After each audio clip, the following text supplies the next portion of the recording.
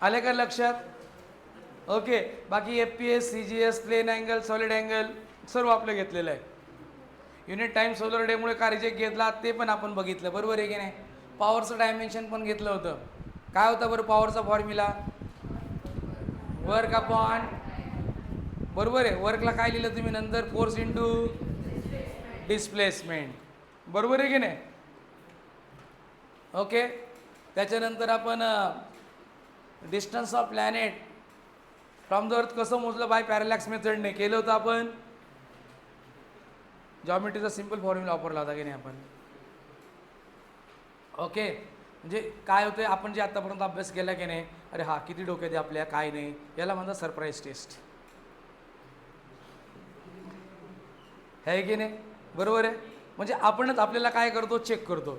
हां, म्हणजे आपला ब्रेन किती काम करतो, त्याची ग्रास्पिंग पॉवर किती आहे, म्हणजे अजून आपल्याला आपल्या ग्रास्पिंग पॉवरवर किती काम करायचं आहे हे लक्षात येतं.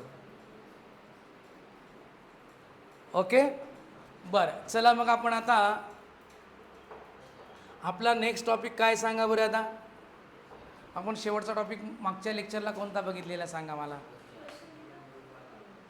क्वेश्चन दिला होता, केला का? मग काय दिला होता क्वेश्चन? बरं काय दिला होता क्वेश्चन मला सांगा, कोणता होता question? Find the conversion factor between newton per metre square and dyne per centimetre square.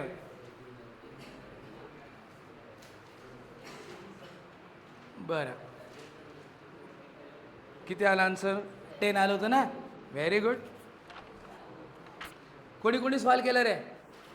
किती आलं? 10. किती आलं? 10 आलं होतं. बाकीच्यांनी? हां, मग सॉल्व करा, एकदम सिम्पल आहे. आपण असे भरपूर केले होते ना न्यूमेरिकल. बरं, आता मागच्या लेक्चरला आपण कन्वर्जन फॅक्टर फाइंड आउट केला होता. म्हणजे हे जे आपण न्यूमेरिकल्स घेतले होते ते पहिल्या ॲप्लिकेशनच्या रिलेटेड घेतले होते. आता आपण दुसरे ॲप्लिकेशन कोणतं होतं सांगा बरं? डायमेन्शनल ॲनालिसिसचं सांगा बरं मला.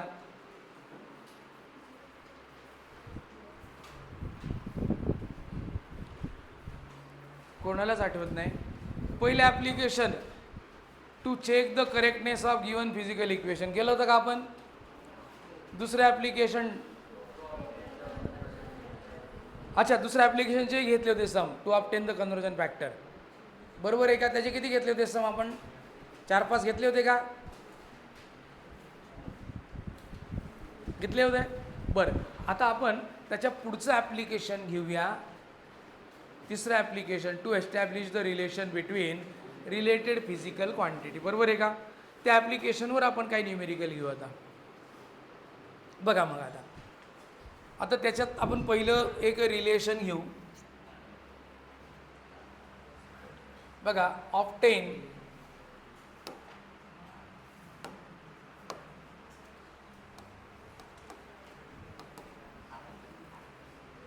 बरं, क्वेश्चन असा नाही लिहिता असं लिहू.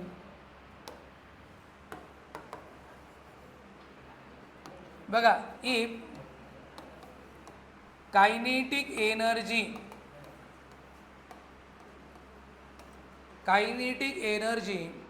Depends on mass and velocity,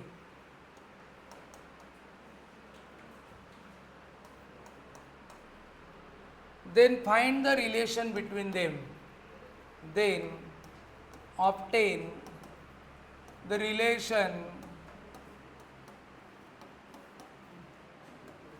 between them. आपल्याला असा 3 मार्क्सला क्वेश्चन विचारला जाईल. काय बरं क्वेश्चन? जर कायनेटिक एनर्जी मास आणि वेलॉसिटीवर डिपेंड असेल तर त्यांच्यामध्ये काय रिलेशन, काय फॉर्म्युला तयार होईल?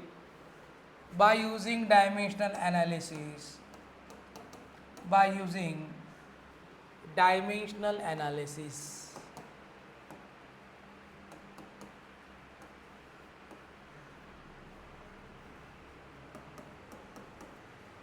ओके, हे आपल्याला फाइंड आउट करायचं. आता बघा, आपण एक पहिलं स्टेटमेंट असं लिहू, सपोज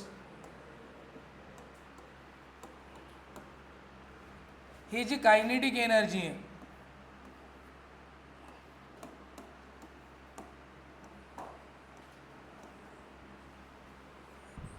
के ई, कायनेटिक एनर्जी म्हणजे ई आणि खाली प्रिफिक्स के लिहिला, kinetic energy. It is directly proportional to m raise to x आणि velocity v raise to y. आता आपण काय इथं लिहिलं की कायनेटिक एनर्जी ही m रेस टू एक्सला आणि v रेस टू वायला डायरेक्टली प्रपोर्शनल आहे. कारण त्यांनी आपल्याला क्वेश्चनमध्येच दिलेलं आहे की kinetic energy depend on mass and velocity, म्हणून आपण हे रिलेशन लिहिलं. समजलं का? मग जर इथं प्रपोर्शन असेल तर इथं आपण प्रपोर्शनॅलिटी कॉन्स्टंट लिहितो.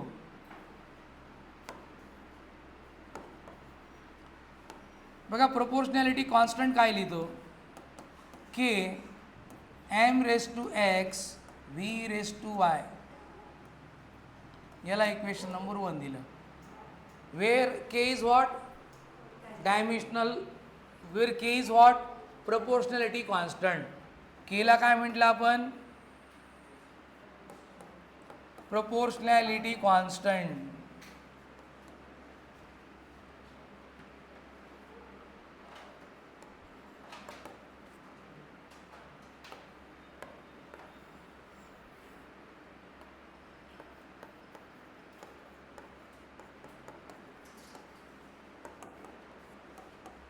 Proportionality constant. आणि हा जो प्रपोर्शनॅलिटी कॉन्स्टंट आहे याला डायमेन्शन नसतात. Proportionality constant is dimensionless.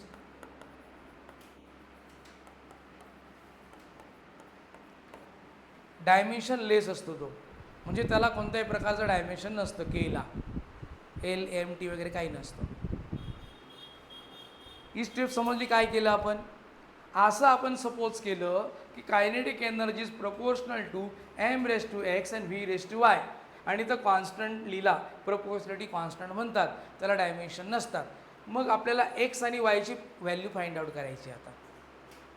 Okay, म्हणजे to find the value of x and y,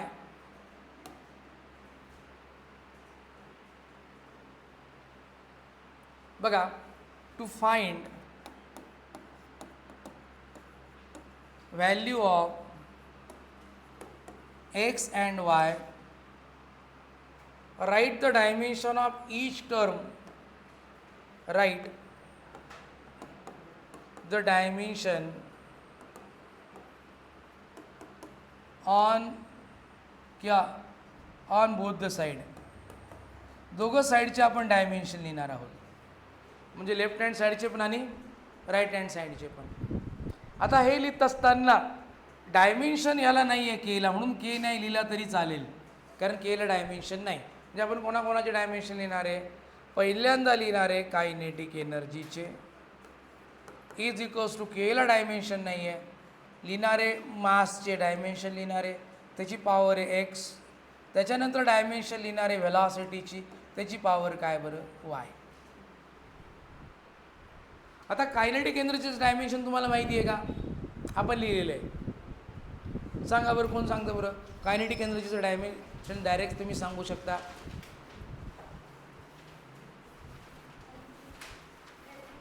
L2 M1 T minus, बघा हे डायमेन्शन आहे. मासचं सांगा बरं मला, मासचं dimension. Capital L M0 T0, बरोबर आहे का रे? आणि त्याची पॉवर x. मासचं लिहिलं आपण, बरोबर आहे का? अरे बरोबर लिहिलं आहे का? अरे नाही ना, काय लिहायचं होतं मग? हां, व्हेरी गुड. म्हणजे तुमचं लक्ष असलं पाहिजे, सर तुम्ही अशी चूक केली. एल 0 आणि एमची पॉवर किती बरं 1. मास आहे की नाही एम म्हणजे वेलॉसिटी. काय सांगितलं होतं वेलॉसिटीला? वेलॉसिटीचं डायमेन्शन काय बरं? वेलॉसिटी म्हणजे L1 M0 T-1 raise to काय बरं वाय. समजलं का रे? बरं आता बघा, अजून स्मॉल केलं तरी दिसेल का रे तुम्हाला? दिसतंय ना? बघा मग आता एलची पॉवर 0 आहे आणि पूर्ण ब्रॅकेटची पॉवर x आहे. म्हणजे एखाद्याची पॉवर रेस टू पॉवर असेल तर पॉवरची काय होते बरं? मल्टिप्लिकेशन की नाही. 0 इंटू एक्स काय लिहू सांगा रे? 0 इंटू एक्स एलची पॉवर. एमची पॉवर 1 इंटू एक्स काय लिहू सांगा? 0 इंटू एक्स काय लिहू बरं? बरं इकडं आहे बघा आता. एलची पॉवर 1 रेस टू वाय काय लिहू? 0 रेस टू वाय काय लिहू? -1 रेस टू वाय. बरं आता मला सांगा, जर बेस सेम असेल तर पॉवरची काय होते रे? ॲडिशन होते का? म्हणजे L raise to 0 plus Y किती लिहू सांगा बरं? 0 प्लस वाय 0 लिहायचं का? वाय 0 प्लस वाय काय लिहिणार? बरं हे बघा, L raise to 0 plus Y. चला एक स्टेप लिहितो मी, 0 प्लस वाय. दुसरी M is equals to X plus काय बरं 0. अजून तिसरं टी रेस टू काय 0 मायनस वाय. आता इकडे लिहितो बघा, जास्त लहान केलं दिसणार नाही तुम्हाला. बघा left hand side as it is लिहितो. L2 M1 T-2. आता राईट हँड साईडला बघा, 0 प्लस वाय काय लिहू सांगा रे? वाय. त्यानंतर एम रेस टू काय लिहू? एक्स प्लस 0 किती बरं? किती रे? एक्स. आणि टी 0 मायनस वाय किती? बरं आता प्रिन्सिपल ऑफ होमोजिनिटी काय सांगतं? प्रत्येक टर्मचं डायमेन्शन काय आहे बरं? सेम असलं पाहिजे ना, है ना? म्हणजे by principle of homogeneity dimension of both side must be same. आलं का लक्षात? म्हणजे आपण इथं काय लिहू? Dimension of both side must be what? Same. जर दोघं साईडचं डायमेन्शन सेम असेल तर आपण पॉवर कम्पेअर करू शकतो की नाही बोथ साईडची? Comparing the power from both the sides. Comparing the powers from both side. दोघं साईडच्या पॉवर कम्पेअर करू. एलची पॉवर इकडे किती बरं? एलची पॉवर किती इथं? एलची पॉवर इकडे किती आहे? म्हणजे वाय इक्वल्स टू काय असलं पाहिजे? Y equals to 2. बरं एमची पॉवर बघा इकडे किती आहे? इकडे किती आहे? म्हणजे एक्स इज इक्वल्स टू काय असलं पाहिजे? समजतंय का? परत बघा, इथं टीची पॉवर किती आहे आणि इकडे टीची पॉवर किती आहे? म्हणजे मायनस वाय इक्वल्स टू काय असलं पाहिजे? म्हणजे वाय इक्वल्स टू काय आलं? समजलं का? म्हणजे इथं पण 2 आलं, इथं पण 2 आलं, म्हणजे बरोबर आहे आपलं, असा याचा अर्थ झाला. म्हणजे एक्सची व्हॅल्यू किती आली 1 आणि वायची व्हॅल्यू किती आली रे 2. मग आपण ही एक्स आणि वायची व्हॅल्यू इक्वेशन 1 मध्ये टाकून देऊ, चालेल का? बघा, substitute value of X and Y in equation 1. मग काय तर बघा, kinetic energy E K is equals to K एमची पॉवर एक्स. एक्स किती वर इथं? आणि व्ही रेस टू किती इथं? वायची पॉवर किती आहे 2. म्हणजे किती आलं? Kinetic energy is equals to k mv².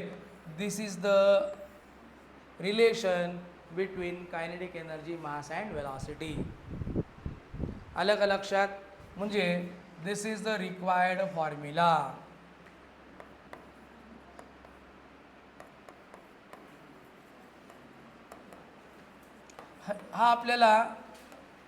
हा फॉर्म्युला आपल्याला शोधायचा होता.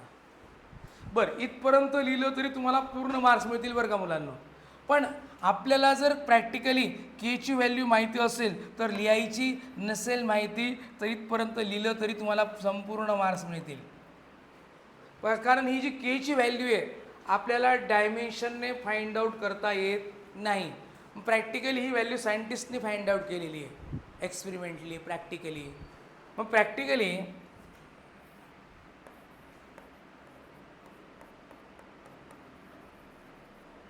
के इक्वल्स टू 1/2 असतं. प्रॅक्टिकली तर केची व्हॅल्यू काय माहिती का? 1/2. मग कायनेटिक एनर्जीचा फॉर्म्युला काय आला सांगा? Kinetic energy is equals to 1/2 mv². मला सांगा, समजलं का? हे बघा, इथपर्यंत लिहिलं तरी पूर्ण मार्क्स मिळतील. कारण आपण डायमेन्शनने केची व्हॅल्यू फाइंड आउट करू शकत. पण प्रॅक्टिकली ती किती आलेली बरं? 1/2. माहीत असेल तर लिहा, नाही तर लिहू नका. मग कायनेटिक एनर्जीचा फॉर्म्युला काय शेवटी आला बरं? 1/2 किंवा हाफ mv². आलं का लक्षात? लिहून घ्या.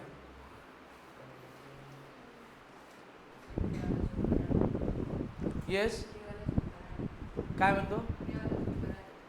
अच्छा, हे झूम करायचं आहे का?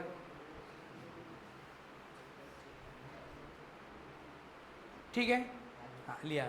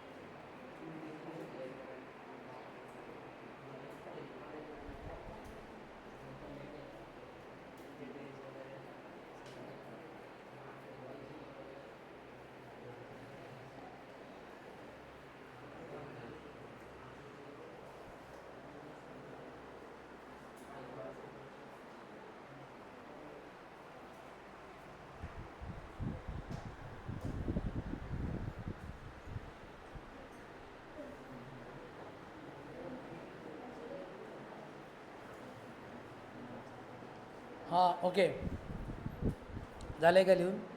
बरं आता बघा आपण एक पुढचं बघूया. पोटेन्शियल एनर्जीचा एक फॉर्म्युला तयार करू डायमेन्शन ॲनालिसिसने. बघा, if the potential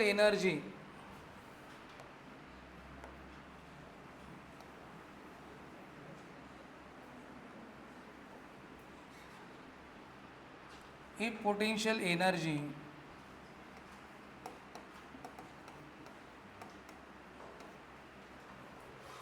depends on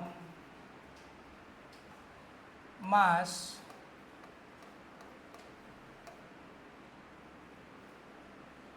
acceleration due to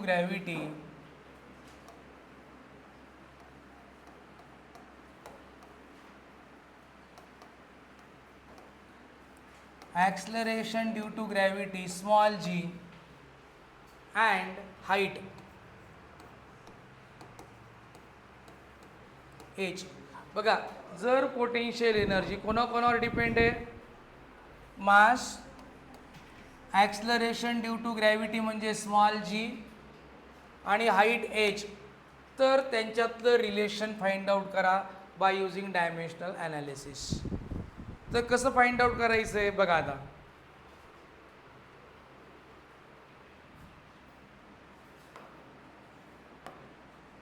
बघा, आपण परत एक स्टेप घेऊया. सपोज ही जी काय पोटेन्शियल एनर्जी, आता सर्वांनी थोडंसं लक्ष द्या. पोटेन्शियल एनर्जी ही प्रपोर्शनल टू कोण बरं? M raise to X, small G raise to Y आणि small H raise to Z. समजलं का? तिघांवर डिपेंड आहे. म्हणून एमची पॉवर एक्सला प्रपोर्शनल आहे, जीची पॉवर वायला प्रपोर्शनल आहे आणि एचची पॉवर झेडला प्रपोर्शनल आहे. आणि इथं आपण कॉन्स्टंट लिहिणार आहोत की M raise to X, G raise to Y आणि H raise to Z. Equation number 1 केला म्हणतात प्रपोर्शनलिटी कॉन्स्टंट जी डायमेन्शनल आहे. म्हणजे आता कोणाची व्हॅल्यू फाइंड आउट करायची आहे? एक्स, वाय आणि झेडची. आता तिघांची व्हॅल्यू फाइंड आउट करायची आपल्याला. To find value of X, Y and Z, right the dimension on both the side. आता दोघं साईडचे आपण डायमेन्शन लिहिणार आहोत. बघा आता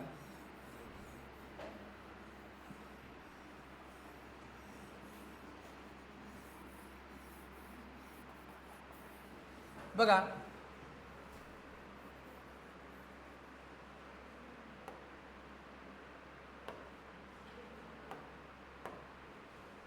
बघा दोघं साईडचे आपण तर डायमेन्शन लिहू.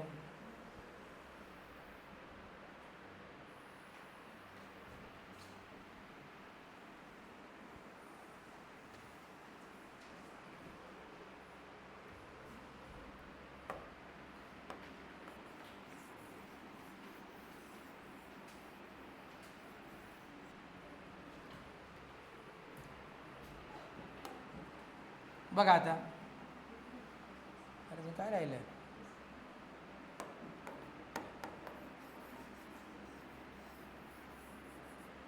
हां बघा आता,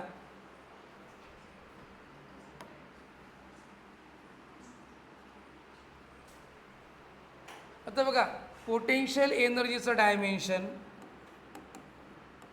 इज इक्वल्स टू, याला डायमेन्शन नाही आहे, एमचं डायमेन्शन रेस टू मासचं डायमेन्शन लिहायचं आहे, ॲक्सलरेशन ड्यू टू ग्रॅव्हिटीचं डायमेन्शन लिहायचं आहे आणि एच रेस टू झेडचं डायमेन्शन लिहायचं आपल्याला.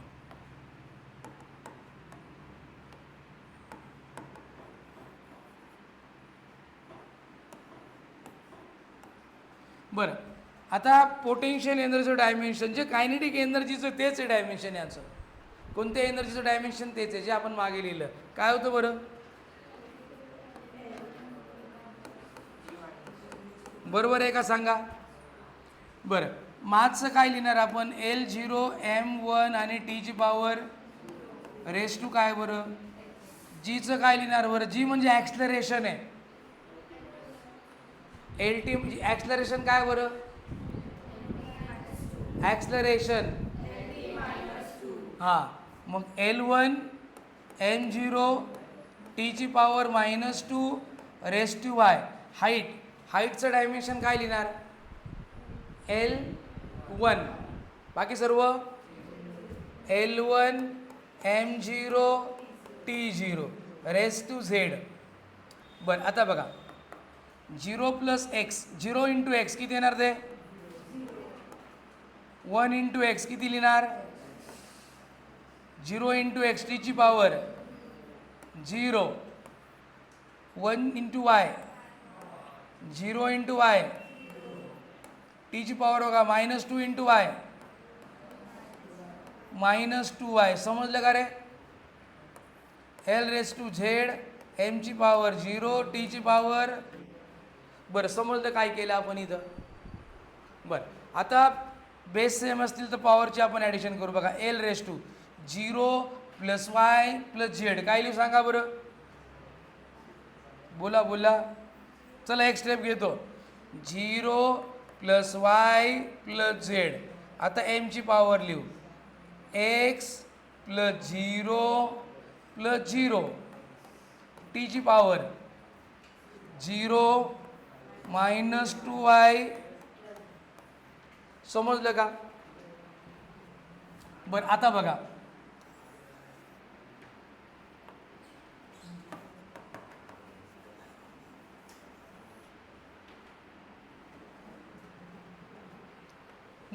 आता left hand side L2 m1 t -2 = L raise to 0 + y + z काय लिहू सांगा? L ची पॉवर काय लिहू? y + m ची पॉवर बघा x + 0 + 0 किती लिहू? x लिहिणार. t ची पॉवर -2y. बरं, आता dimension of both the side must be same. बघा dimension on both side must be same. मग जर असं असेल तर काय करायचं बरं? Compare the powers on both side. दोघा साईडच्या पॉवर आपण कम्पेअर करू. मग सांगा बरं, एलची पॉवर इकडे 2, इकडे किती एलची पॉवर? y + z आहे की नाही? मग y + z = काय लिहू सांगा बरं? 2. बरं, mची पॉवर इकडे x, इकडे किती बरं? x = किती आलं? चला ही व्हॅल्यू आली. टीची पॉवर इथे किती आहे? इकडे किती आहे? म्हणजे y = किती आलं? 1. बरोबर आहे का रे? म्हणजे x ची व्हॅल्यू 1 आली, y ची व्हॅल्यू 1 आली. इथं मी y ची व्हॅल्यू काय टाकू सांग रे? y ची व्हॅल्यू जर 1 टाकली, 1 + z = किती बरं? मग z = 2 - 1 म्हणजे z ची व्हॅल्यू किती आली सांगा बरं? समजलं का? म्हणजे z ची व्हॅल्यू 1 आली, x ची व्हॅल्यू 1 आली, y ची व्हॅल्यू. या तिघही व्हॅल्यू कुठे आपल्याला सबस्टिट्यूट करायच्या? इक्वेशन 1 मध्ये. बघा substitute values of x, y and z in equation 1. मग काय येते बघा आता. बघा इक्वेशन 1 काय येणार आहे? Potential energy EP = k m raise to x ची व्हॅल्यू किती आहे? 1. नंतर g रेस टू y ची व्हॅल्यू आणि h ची व्हॅल्यू. म्हणजे पोटेन्शियल एनर्जीचा फॉर्म्युला काय आला? k × mgh. बघा दिस इज रिक्वायर्ड फॉर्म्युला. हा रिक्वायर्ड फॉर्म्युला आहे. समजलं का?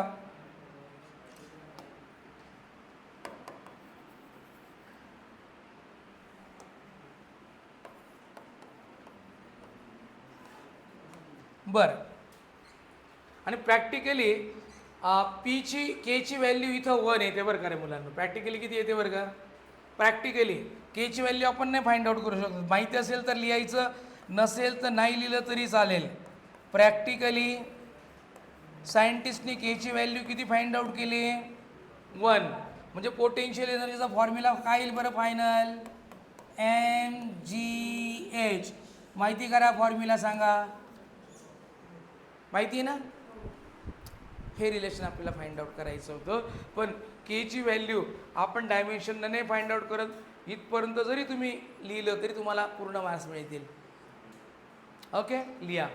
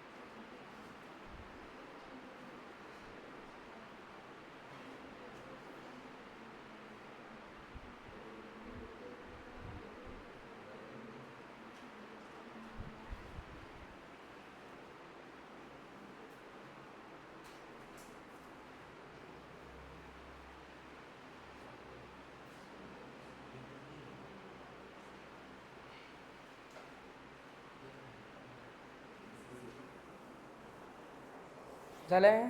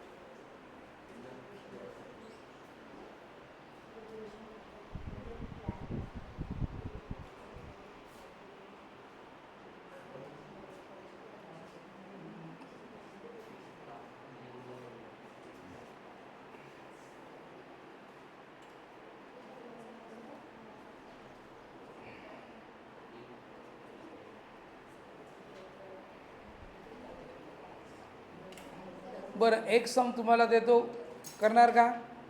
याच पद्धतीने सॉल्व करायचं आहे. बघा, मी क्वेश्चन लिहून देतो, तुम्ही सॉल्व करायचं आहे.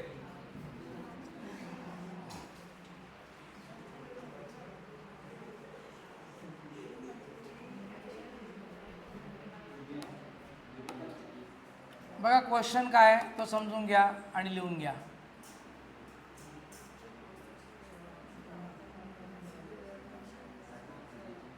बघा क्वेश्चन असा आहे,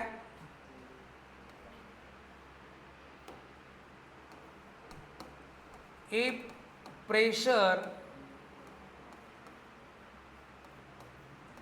of liquid column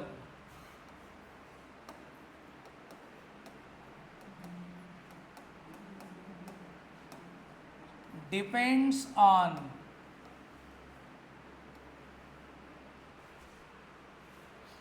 height, age, acceleration due to gravity,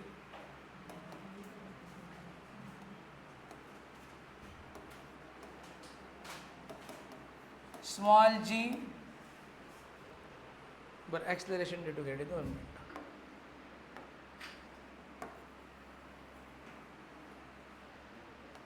Height, age, density,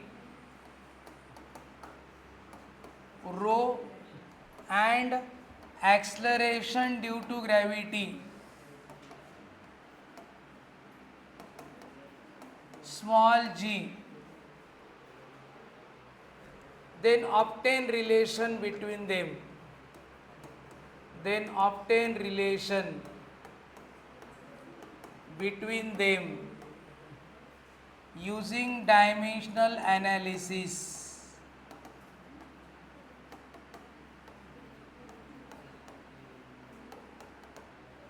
येईल का फाइंड आउट करता? हे बघा, प्रेशर पी कोणावर डिपेंड आहे? हाईटवर, डेन्सिटीवर आणि ॲक्सलरेशन ड्यू टू ग्रॅव्हिटीवर. येईल का? असंच तुम्हाला स्टेप फॉलो करायचे आहेत. येईल ना? करता का प्रयत्न? करा करा. तुमच्यासमोर सर्व स्टेप्स आहेत, तुम्ही सॉल्व करायचा प्रयत्न करा. प्रेशर कोणाकोणावर डिपेंड आहे? हाईट, एज, त्या लिक्विडची डेन्सिटी रो आणि ॲक्सलरेशन ड्यू टू ग्रॅव्हिटी जी. करा बरं. 2 स्टेप लिहून देऊ का? 2 स्टेप लिहून देतो बघा. या 2 स्टेप लिहून देतो. चला, हे बघा, suppose pressure P proportional to h raised to x rho raised to y g raised to z, म्हणजे P इक्वल्स टू काय आलं माहिती आहे का, K h ची पॉवर x रो ची पॉवर y g ची power z. K proportionality constant आहे, यांची व्हॅल्यू फाइंड आउट करायची आहे. चालेल का? इथपर्यंत लिहून दिलं तुम्हाला. पुढचं येईल का करता? करा मग.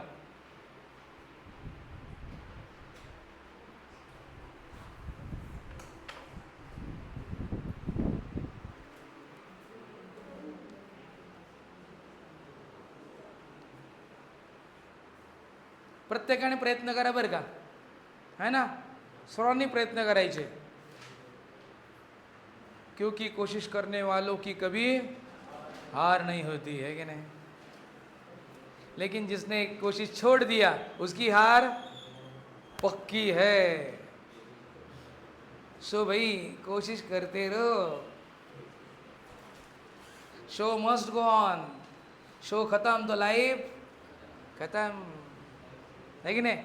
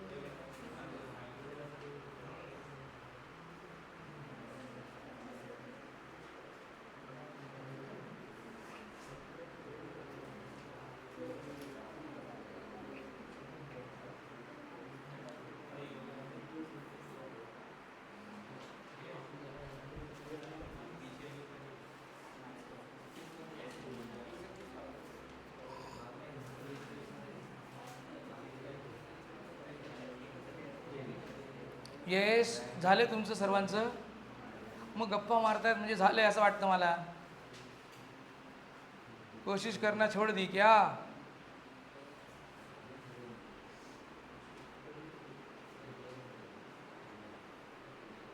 अरे सॉल्व करना. बघ बरं, प्रयत्न सोडले की संपले.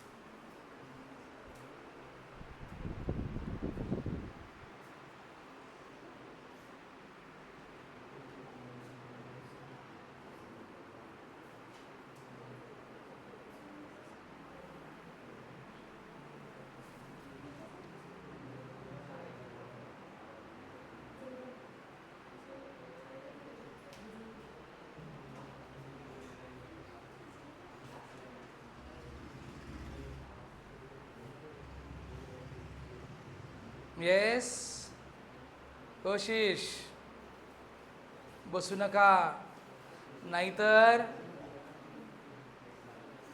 आहे की नाही. झालं तुझं? मग वही बंद करून टाकली डायरेक्ट रे तू. म्हणजे तू तर एकदम सर्व सोडून दिलं तुझं. असं नको करू ना रे. चुकलं तर चुकू दे, है ना. चुकलं तर चुकू दे. उघड तू चुकता चुकता शिकशील. त्याच्यामुळे पहिल्या प्रयत्नात चुकलं काहीच प्रॉब्लेम नाही.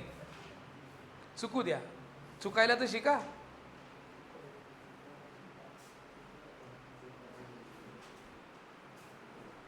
झालं? अरे मग रे,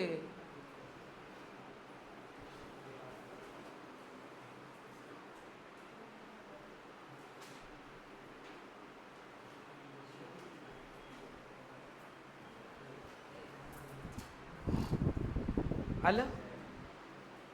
एक्सची व्हॅल्यू किती आली, वायची, झेडची. Very good. मग काय आलं बरं relation, P equals to K H rho G ना. एकदम बरोबर आलं. Very good very good. तुझं काय नाव?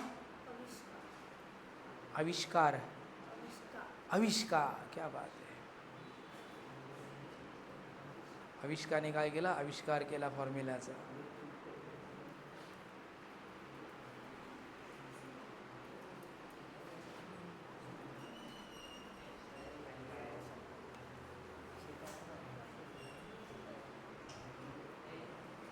अजून कोणाकोणाचं आलं सांगा मला आन्सर. काय आलं? हां नाही, प्रॅक्टिकली नसेल माहिती तर सोडून द्या, है ना. आता मला सांगा एच काय फॉर्म्युला मला सांग बरं. के इंटू काय आला, P equals to K into काय आला, एच रो जी. बरोबर आहे. Very good. म्हणजे इथपर्यंत माहिती आहे, पूर्ण मार्क्स मिळतील.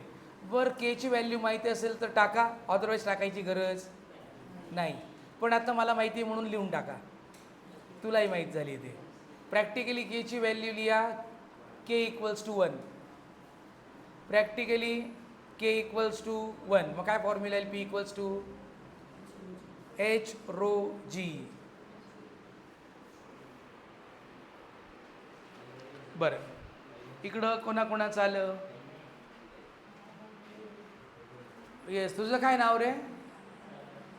अरे तुझं काय नाव? कैवल्य. येस, व्हेरी गुड कैवल्य. येस, अजून कैवल्यबरोबर कोण कोण आहे तिकडं सॉल्व केलं असं? हां तेच आन्सर आलं. तुझं काय नाव? ज्ञान. श्रेयान. बरं नंतर सांग मला, आहे ना.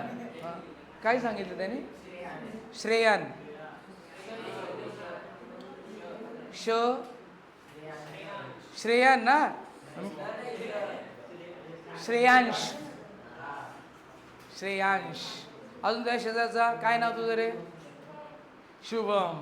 चला हे नाव थोडं सोपं बरं का, श्रेयान किंवा श्रेयांश, आहे की नाही.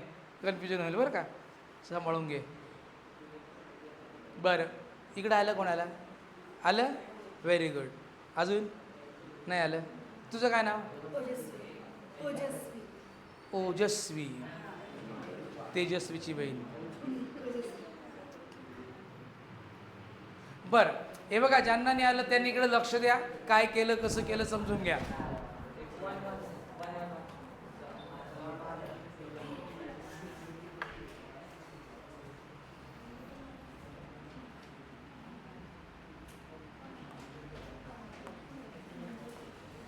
बरं इकडे लक्ष द्या.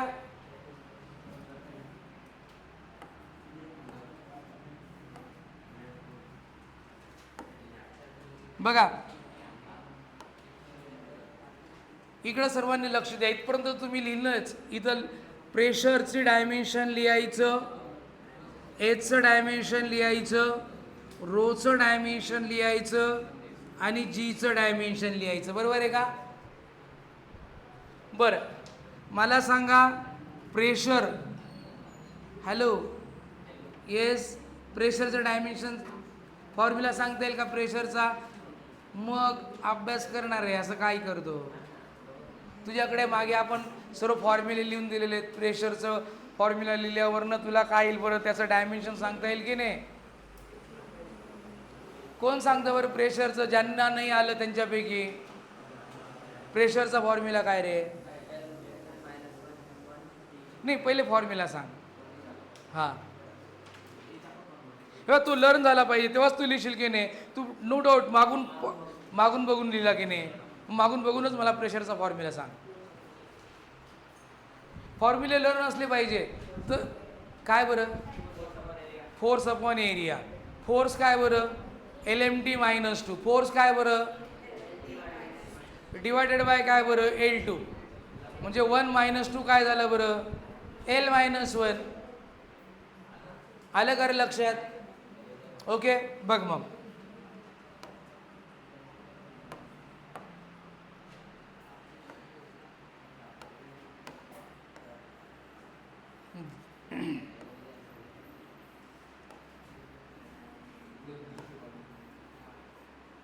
बरं बघा रे, बघा प्रेशरचं डायमेन्शन काय सांगितलं रे? LMT-2 म्हणजे L⁻⁻1 M⁻1 T ची पॉवर. बघा असंच लिहिलेलं का? हेच डायमेन्शन लिहिलं होतं का? हेच लिहिलं होतं मुलींनो. बरं पुढे बघा मग. हाईट म्हणजे एच आहे काय बरं? L⁻1 M T. हेच लिहिलं होतं का? चेक करा, ज्यांनी सॉल्व नाही करता आलं चेक करा. हाईट हेच डायमेन्शन लिहिलं, त्याची पॉवर x. डेन्सिटी म्हणजे काय रे? फॉर्म्युला ज्यांना नाही आलं त्यांनी सांगा. डेन्सिटीचा फॉर्म्युला सांगा. हां येस, मागे बघून सांगणार रे. डेन्सिटीचं डायमेन्शन लिहिले की नाही आपण? येस, मास अपॉन काय डेन्सिटीचा फॉर्म्युला? अरे असं नको बघू ना, मला सांग ना. हां, मास अपॉन. हे बघ, तू बोलशील ना, सर्वजण मी जे सांगतो ते बोलणार, ॲटोमॅटिकली तुमच्या डोक्यात जाणार. म्हणून मी तुम्हाला घडी कशाला बघायला लावतोय? त्याच्याशी फॅमिलियर होणार. काय मग डेन्सिटीचा फॉर्म्युला? बोल. Density mass upon time. तुझ्या नोटबुकमध्ये लिहिलेलं आहे का? फॉर्म्युला लिहिलेलं आहे का डेन्सिटीचं? Mass upon. Very good. मासचं डायमेन्शन काय? सर माझ्या मागेच लागले, आता काय करू? हां तू सांग रे, मासचं डायमेन्शन. एम ना रे, मासचं डायमेन्शन काय बरं? एमच ना. हां यम नाही बरं, यम येऊन जाईल नाही तर. हां मासचं डायमेन्शन एम. आणि व्हॉल्यूमचं काय रे? व्हॉल्यूमचं व्हॉल्यूम व्ही लिटरचं डायमेन्शन LMTच्या फॉर्ममध्ये.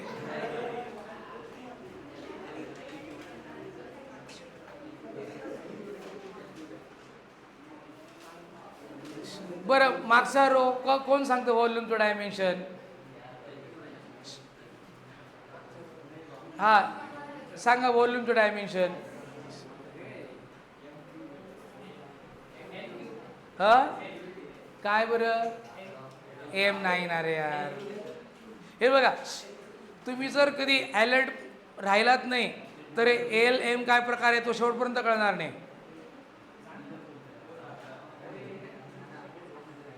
हां सांगा. हां दोघं सांगा. L3. व्हॉल्यूमचं डायमेन्शन काय बरं? म्हणजे वरती एम खाली काय बरं? L3. मग डायमेन्शन काय लिहिणार? हे बघा, L⁻³ लिहिणार, M1 लिहिणार, T ची पॉवर 0 लिहिणार. समजलं का मला सांगा? असंच आहे ना. आणि acceleration due to gravity. Acceleration काय लर्न केलं होतं आपण? ॲक्सलरेशन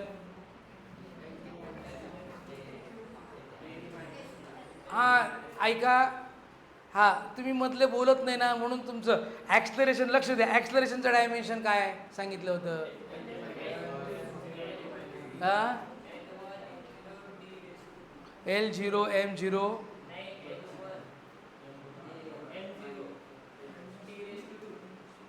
नाही. हे बघ इकडं लक्ष द्या. म्हणजे तुम्ही घरी मी सांगितलं होतं तुम्ही घरी जयकारा द्या, तुम्ही मला फॉलो करत नाही, you are not my follower. तुम्ही फॉलोअर राहिले असता तर घरी गर्जना दिल्या असत्या. काय दिल्या असत्या गर्जना? तुम्ही फालतू फालतूचे फॉलोअर होतात, माझे फॉलोअर व्हा ना. आहे ना, मला एक पण फॉलोअर नाही यार, कसं काय करतात. काय बोलायचं होतं घरी? वेलॉसिटी. वेलॉसिटी काय बोलायचं होतं? LT minus acceleration force. म्हणजे हे कायसाठी बोलायला लावतोय मी की जेव्हा वेलॉसिटी ॲक्सलरेशन काय येईल लगेच इथनं तो फॉर्म्युला असा बाहेर आला पाहिजे. सवय लावायची आपल्याला ती. आलं का लक्षात? आणि सवय कधी लागेल? जेव्हा तुम्ही मला फॉलो करणार. यार तुम्ही फॉलोच करत नाही मला. बरं इकडे लक्ष द्या. काय लिहिणार बरं? L1 M0 T⁻², बरोबर आहे का? L0 M0 T⁻². समजलं का रे?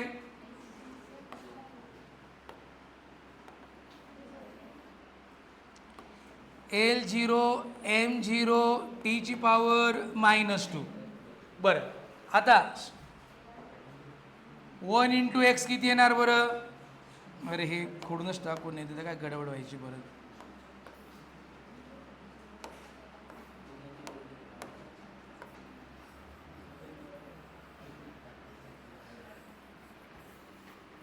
बरं आता इकडे लक्ष द्या सर्वांनी. बघा L ची पॉवर 1⁻x, 1 × x किती आलं बरं? x. L आता मी डायरेक्ट लिहितोय बरं का. आपण आता तिसरं सम सॉल्व करतोय. L⁻³ - 3 × y -3y. L⁻1 × z z. समजलं का हे? M⁻0 × x 0, 1 × y +y, 0 × z 0 आणि T⁻0 × x 0, 0 × y 0, -2 × z -2z. म्हणजे काय आलं माहिती आहे का? L⁻x - 3y + z, M⁻y आणि T⁻2 किती आलं? -2z. बरोबर आहे का? हेच आलं की नाही? मग लेफ्ट हँड साईड आणि राईट हँड साईडचं आपण कम्पेअर करू. आता इकडं लक्ष द्या. आता इथं पॉवर किती होती बरं? L⁻1 M⁻1 T⁻2 आता आपण काय करू? कम्पेअर करू दोघं साईडची पॉवर. बघा आता डायरेक्ट इथं लिहू आपण. जर कम्पेअर केलं तर काय येतं बघा.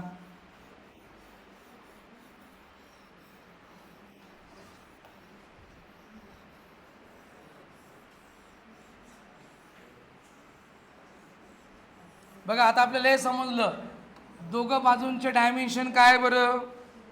सेम आहे. डायरेक्ट येऊन लागलं का?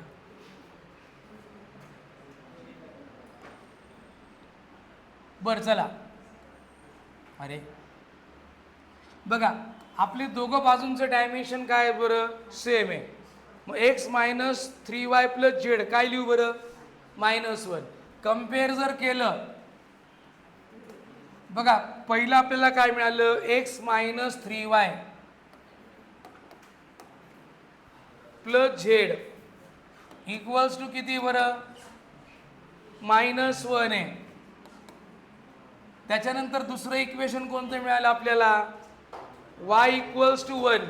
बघा y = 1 डायरेक्ट मिळालं आपल्याला. तिसरं काय मिळालं आपल्याला? -2z = -2. म्हणजे झेड इक्वल्स टू किती आलं आपल्याला? बघा आता वायची आणि झेडची या इक्वेशनमध्ये व्हॅल्यू टाकून द्या. मग वायची व्हॅल्यू एक्स मायनस वायची व्हॅल्यू किती आहे? 1. झेडची व्हॅल्यू किती आहे? 1. एक्स -3 + 1 -2. आलं का रे लक्षात? का रे इथं -1 आहे बरं का रे. हां, मग एक्स इक्वल्स टू -1 + 2 किती आलं रे? 1. म्हणजे एक्सची व्हॅल्यू 1, वायची व्हॅल्यू 1, झेडची व्हॅल्यू 1. म्हणजे काय येणार बघा बरं. इक्वेशन 1 टाका बरं value. Equation 1 pressure K equals to H⁻⁴ ρ⁻1 G⁻1 आलं बघा. एक्स वाय आणि झेडच्या व्हॅल्यू टाकल्या म्हणजे प्रेशरचा फॉर्म्युला काय आला? H⁻g. आणि प्रॅक्टिकली केची व्हॅल्यू किती असते? तुम्हाला आत्ताच सांगितलं 1 असते. म्हणजे प्रेशरचा फॉर्म्युला काय आला? H⁻g. समजलं का? ओके. हां, ज्यांनी नाही लिहिलेलं त्यांनी लिहून घ्या काय केलेलं आहे बघा. आपल्याला हे यायला पाहिजे. सिंपल गोष्टी मागचा जे काही झालेलं आहे त्याचा अभ्यास करा. ओके. कारण आज नाही केलं तर पुढच्या गोष्टी क्रिटिकल होत जातात. ह्याच गोष्टी परत परत आपल्याला लागतात. मग आज नाही आलं, याच्याकडे नाही बघितलं, हेच जर कधी एखाद्या नवीन कॉन्सेप्टमध्ये हे त्यावेळेस लागलं आणि हे आपल्याला माहीत नसेल, कनेक्शन मिळत नाही. कनेक्शन नाही मिळालं, नेटवर्क आपलं जागं होत नाही, नेटवर्क ऑन नाही झालं, आलं का लक्षात? सर्व गोंधळ असतो. मग फक्त फिजिकली आपण अटेंड करतो, आलं का लक्षात? पण फिजिकली अटेंड करून काही फायदा आहे का? मेंटली पण अलर्ट होऊन अटेंड केलं तर फायदा आहे.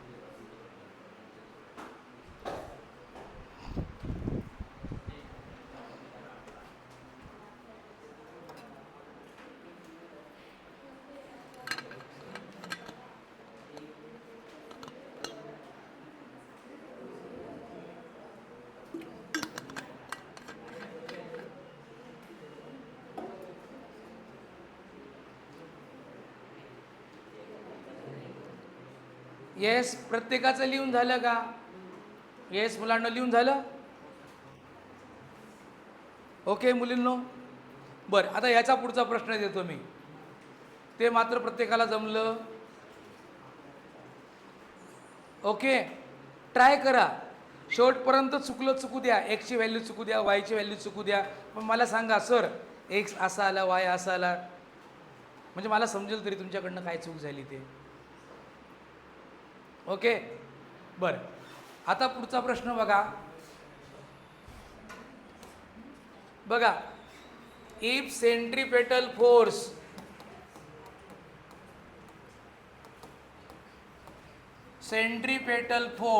capital F depends on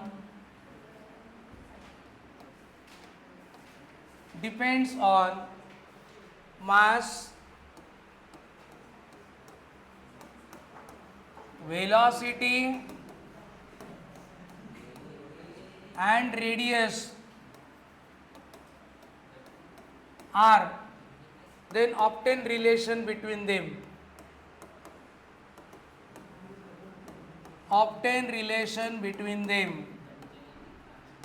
Using dimensional analysis.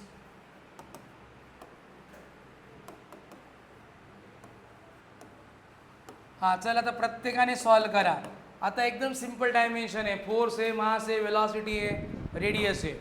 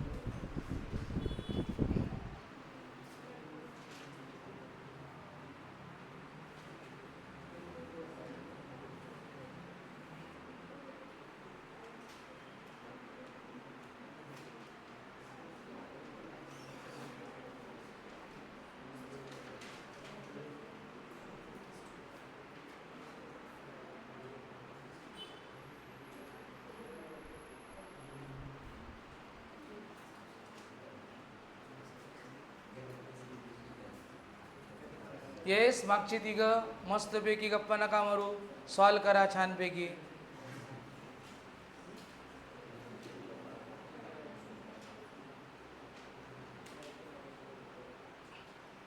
हां, स्टेप फॉलो करा, तुम्ही लिहिलेले आहेत तेच फॉलो करा.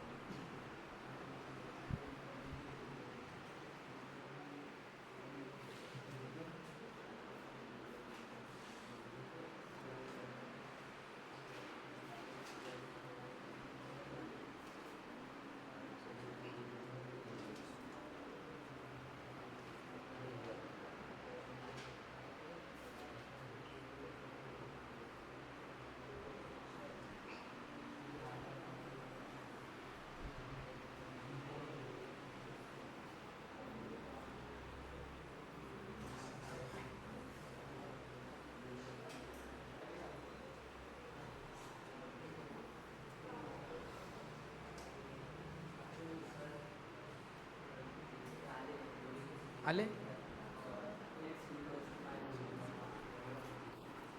एक्स किती आलं -1 y = 2 z = X equals to -1 y = 2 Y equals to 2 z = 2 आणि झेड इक्वल्स टू किती आलं 1. हां नाही आता ऐक तुझं जे एक्स इथं किती घेतलं, एमची पॉवर किती घेतली इथं एक्स लिही ना, एक्स इथं वाय इथं आर, एक्स वाय आणि झेड आहे ना.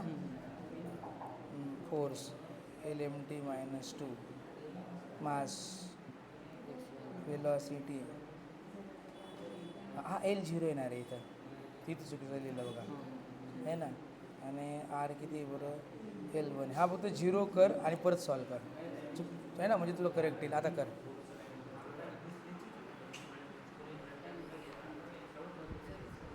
हां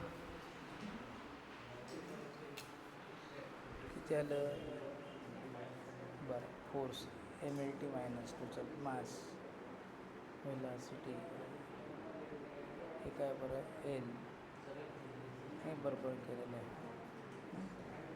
Y plus Z equals to काय बरं 1. ठीक आहे. एक्स किती आलं आहे बरं 1 मायनस वाय किती आलेलं आहे LMT -2 मायनस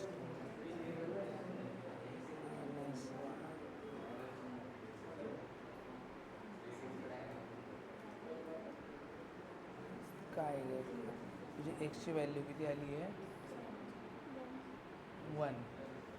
वायची किती आलेली आहे हां वायची 2 आहे. आणि झेडची किती आलेली आहे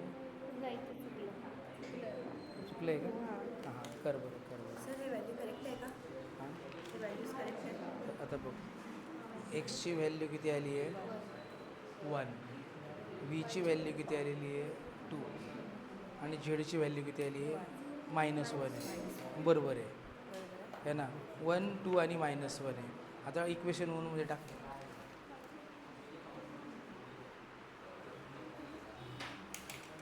बरं इकडं काय काय आलेलं आहे मुलांना? काय आले रे व्हॅल्यू? x1 y1 कुठे आहे तिकडं? अजून करतोय का? कर कर कर कर. तुझं आलं का रे? नाही. हां तुमचं रे किती आली बघ, दाखव बरं. हां केची मायनस वन नाही नाही केची व्हॅल्यू नाही माहिती, इथं वेगळी आहे. बरं तुझं एक्सची व्हॅल्यू 1 आली, वायची 2 आली, झेडची किती आली बरं? म्हणजे एमची पॉवर 1, व्हीची पॉवर, आरची पॉवर 1. हां हे बरोबर आहे. कारण की सर हे आता आता ऐक ना हे बरोबर आहे. इथे केची व्हॅल्यू 1 आहे फक्त. इथे ह्या केसमध्ये केची व्हॅल्यू किती बरं? 1 आहे. लिहि नाही करून टाक. वन प्लस काय सर? अरे ते प्रॅक्टिकली डायमेन्शन येत नाही ती व्हॅल्यू. नाही कारण की सर हे याच्यात जर का बघितलं ना अरे नाही रे ते त्याच्यावरनं नाही ती केची व्हॅल्यू. केची व्हॅल्यू ही प्रॅक्टिकली ती शोधतात ती काही याचा आणि त्याचा काही संबंध नाही. डायमेन्शनने आपण केची व्हॅल्यू इथं 1 आहे ना. आता काय फॉर्म्युला लिहि बरं? F is equals to M व्हीचा स्क्वेअर आर रेस टू -1. हां -1. आता आर रेस टू -1 खाली लिहिशील तर काय येईल सांग बरं? आर लिहि बरं. नाही इज इक्वल्स टू, हां लिहि ठीक आहे. एम व्ही स्क्वेअर अपॉन काय बरं? हा सेंट्रिपेटल फोर्सचा फॉर्म्युला. आलं का लक्षात? असं हां तुमचं आलं का रे मागे?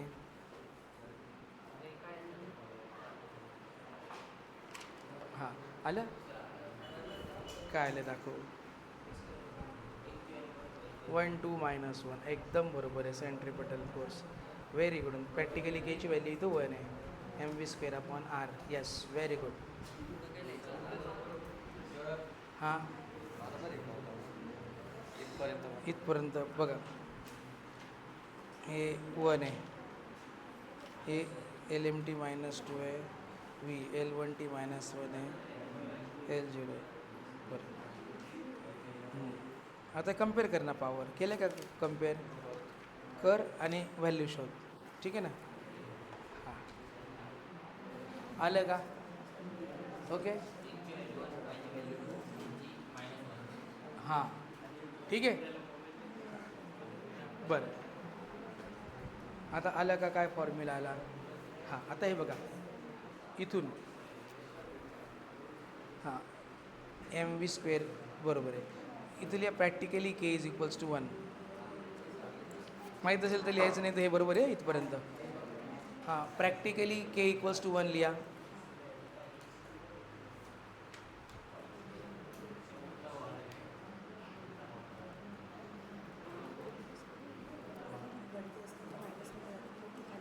आणि आर रेस टू -1ला आहे ना नेक्स्ट स्टेपमध्ये डिनॉमिनेटरला घेऊन जा. एम व्ही स्क्वेअर अपॉन काय बरं? आर. आला फॉर्म्युला. हां हां x1 आली, प्रत्येकाची आली का? x1 आली, y2 आली आणि z किती आलं बरं? म्हणजे तुमचं F equals to K M V square R raise to -1 आलं. केची व्हॅल्यू 1 टाकायची प्रॅक्टिकली, आर रेस टू -1 डिनॉमिनेटरला घेऊन जायचा. तर सेंट्रिपेटल फोर्सचा फॉर्म्युला काय आला? F is equals to M V square upon काय आला बरं? आर आला. आलं का लक्षात? एक होमवर्कला घ्यायचं का? नाही डायरेक्ट नाही म्हणतात. ग्रुपवर टाकून देऊ. मला ग्रुपवर कोणी घेतच नाही तर काय करू सांग बरं? बरं चला ठीक आहे, हरकत नाही. पण तुम्हाला हे समजले का प्रोसेस काय काय केलेली आपण?